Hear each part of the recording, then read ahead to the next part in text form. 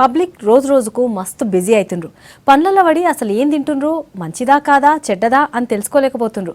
రైతులు కూడా రసాయన ఎరువులతోటే వ్యవసాయం చేస్తుండ్రు. అందుకే జనం ఎలాంటి తిండి తినాలనో, రైతులు పంటలు ఎట్లా వండియాలనో నేర్పిస్తుండ్రు సుభాష్ పాలేకర్.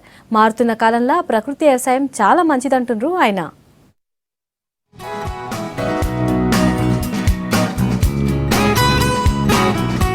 తినే తిండి మంచిగా లేకనే జనాలకు రోగాలు వస్తున్నాయి అంటున్నారు సేంద్రియ విప్లవం తెచ్చిన సుభాష్ పాలేకర్. ఎరువులు, పురుగుల మందులతోటి వండించే వాటిని తినడంతోనే పబ్లిక్ పానాలు దెబ్బతింటున్నాయి అంటున్నారు. ఈ సంగతి పబ్లిక్ గాని గవర్నమెంట్ గాని గుర్తిస్తలేదంటున్నారు.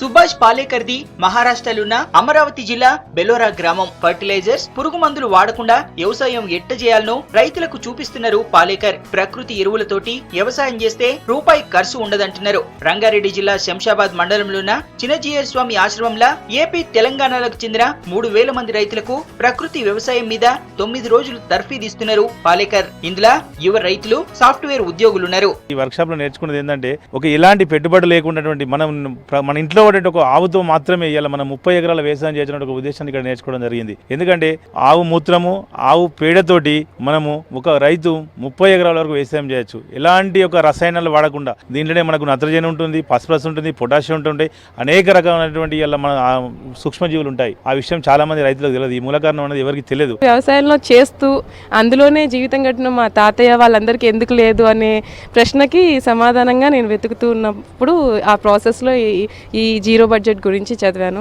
అలాగే సార్ చెప్పిన పంచగవ్య, వేదిక్ కల్చర్, అన్ని కెమికల్స్ అన్నీ చూశాను. మా పిల్లలకి నేను నేర్చుకుని నా నెక్స్ట్ తరానికైనా ఏది కరెక్టే, ఏది రాంగ్ అనేది చెప్పాలనే ఇదితో నేర్చుకుంటూ ఇటు ముందుకి సాగాము. సుభాష్ పాలేకర్ గారని వ్యవసాయ శాస్త్రజ్ఞుడు.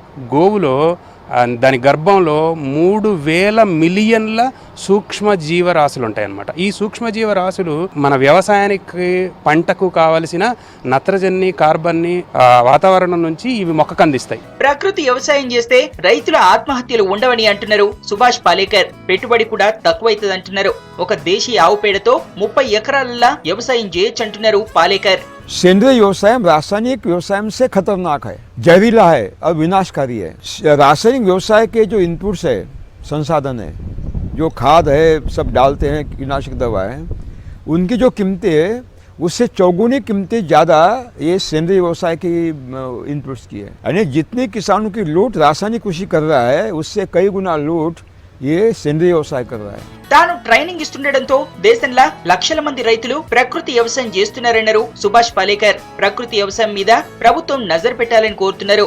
जीरो बजट आध्यात्मिक कृषि में अगर आपके पास एक देशी गाय है, देश वाली आऊ है, एक देशी गाय के गोबर गोमूत्र से हम 30 एकड़ की खेती कर सकते हैं. 30 acre of land we can cultivate, चाहे इरिगेटेड हो, ड्राई लैंड हो. वो रासायनिक कर रहा है, ये सेंद्रीय व्यवसाय कर रहा है, ये प्राकृतिक व्यवसाय कर रहा है. आपको मालूम पड़ेगा पहले साल 3 महीने में इस प्राकृतिक जो फसल है इससे बहुत दुगुनी अच्छी है.